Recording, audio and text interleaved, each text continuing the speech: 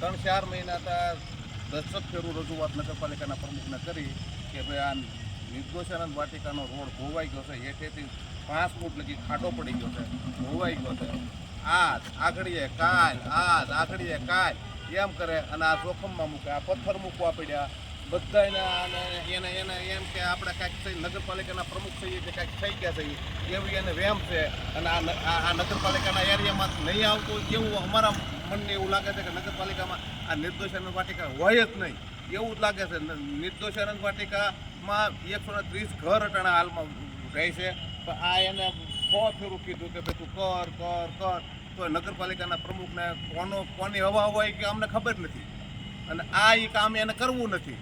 અને એવું તો અટાણે ગટરનું કર્યું છે ત્યાં અમારો રસ્તો બંધ છે, અટાણે હાલમાં રસ્તો બંધ છે.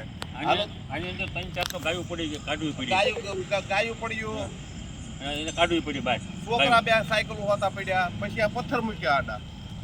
અને ફેર કહે કે આગળીએ કાલ આ રીતની સરસાવું કરીને રજૂઆત કરી છતાંય ગેમારેલ થઈ ગયા છે. હાવ નગરપાલિકા પેથી ગયેલી નગરપાલિકા થઈ ગઈ. હાવ 5 ફૂટનો ખાડો છે. હા, નીચે આખું પોલા નથી ગયું ધોવાય. અને આમ હોય કે હાવ કઈ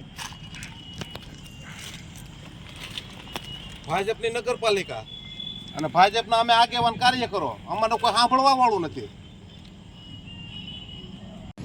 આ નગરપાલિકાએ જો 2 કરોડ પ્રમુખને કીધું અને કોન્ટ્રાક્ટરને 3-4 ફેરું કીધું તો કોન્ટ્રાક્ટરે હાર્યો નહીં. નગરપાલિકાના પ્રમુખને કહે તો કે હું બહાર છું, એટલે બહાર એ હોય પણ આ ખાડા અમારે પૂરવાના, આ ગાડીઓ, આ 4 વ્હીલો આ લે, 2 વ્હીલો લે, આ અમારી દિશા જુઓ. આ બીજી ફેરું કટરો ખોદી એને તો કઈ રીતનું પાઇપલાઈન નાખે છે, કઈ રીતનું કરે છે, તો બધું અમારે આ સહન જ કરવાનું. પણ આ ખાડો એવડો અને હવે તો આ બધા નિર્દોષાનંદ વાટિકાના રહેવાસી ઉભા થતા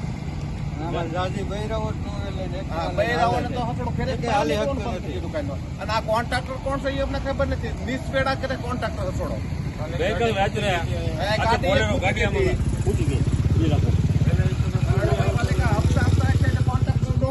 હપ્તા આપતા હોય નગરપાલિકાના હપ્તા મોટા હશે આની કોન્ટ્રાક્ટરની પાસે, એવું અમને કામ જોતા લાગે છે કે નગરપાલિકાના મોટા હપ્તા હોય.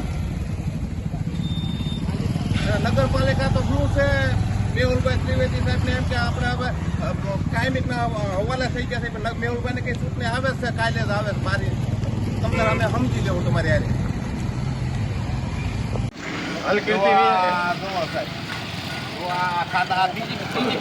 આમાં તો બૈરાઓ 2 પડ્યા હોય છે.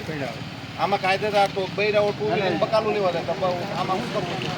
અને ગઈકાલની વાતનું છે. કોન્ટ્રાક્ટર કોણ છે એમને ખબર નથી. હવે તમે કાઉન્સિલર સાહેબ છો, તમને ખબર છે કોન્ટ્રાક્ટર કોણ છે, માથા ભારે લાગે. અને કાયદેસર તમારી નગરપાલિકાનો પ્રમુખ હપ્તા લેતા હોય, જમી લેતા હોય, કોન્ટ્રાક્ટરનું કામ બોગસ ને બોગસ આ રીતનું કોન્ટ્રાક્ટર કરતો હોય તો એ બોગસ ગણવાનું. અનેક વાર એને કહી હતી કોન્ટ્રાક્ટર તમે ખાડા ખોદો એની કોન્ટ્રાક્ટનો માલ છે કે જે કાંઈ એની પ્રોસેસ થતી હોય એ નાખો, પણ કોન્ટ્રાક્ટર એની પોતાની બધા મનમાની કરે છે. મનમાની વાં કાંઈક સાહેબ પાછળ તો હશે ને કોઈનો હાથ. આ બધું મોટું પીઠબળ કામ કરે છે, તમને તો બધાને ખ્યાલ જ છે. હવે પીઠબળ કામ કરે છે, પણ હવે અમારા આ 130 ઘર છે એને હાલમાં 130 ઘર છે અમારા, બરોબર.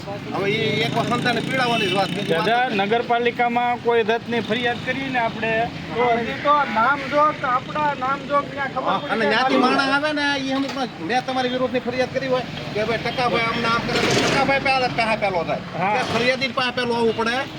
મને તમારો ફરિયાદી જે કઈ આપણો પ્રશ્ન છે ને, કાલે હું સવારે 10 વાગે આવી અને કોન્ટ્રાક્ટરને અહીંયા હરું ફરું બોલાવી એક આપણી રજૂઆત છે. હાલો બધા હાલો રાખો.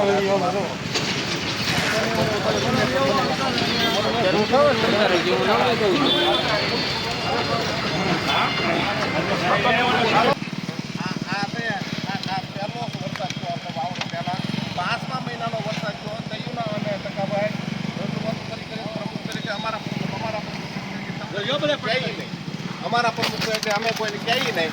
અને તમે આ જોઈ લો અમારી દિશા હેઠે પહોંચ્યું છે 5 ફૂટનું. અને આપણે 1 મહિના પહેલાં કોન્ટ્રાક્ટરને તમારી હરુફરુમાં આપણે રજૂઆત કરી હતી. તો મને એવું એ કોન્ટ્રાક્ટરે એવું કીધેલું મને કે ભાઈ મારી પાસે માણસો નથી, મને કે 15 દિવસમાં આવી જાય, મને કે રાજ્યભાઈ તમારું કામ ચાલુ કરાવી દેવું.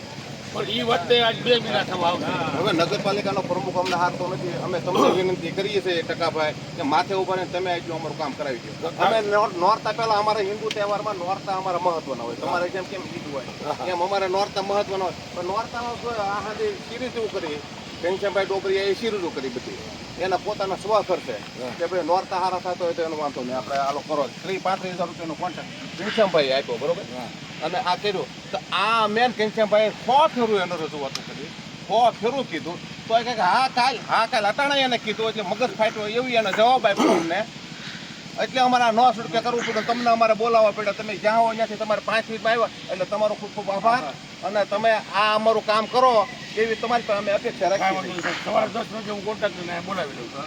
Thank you.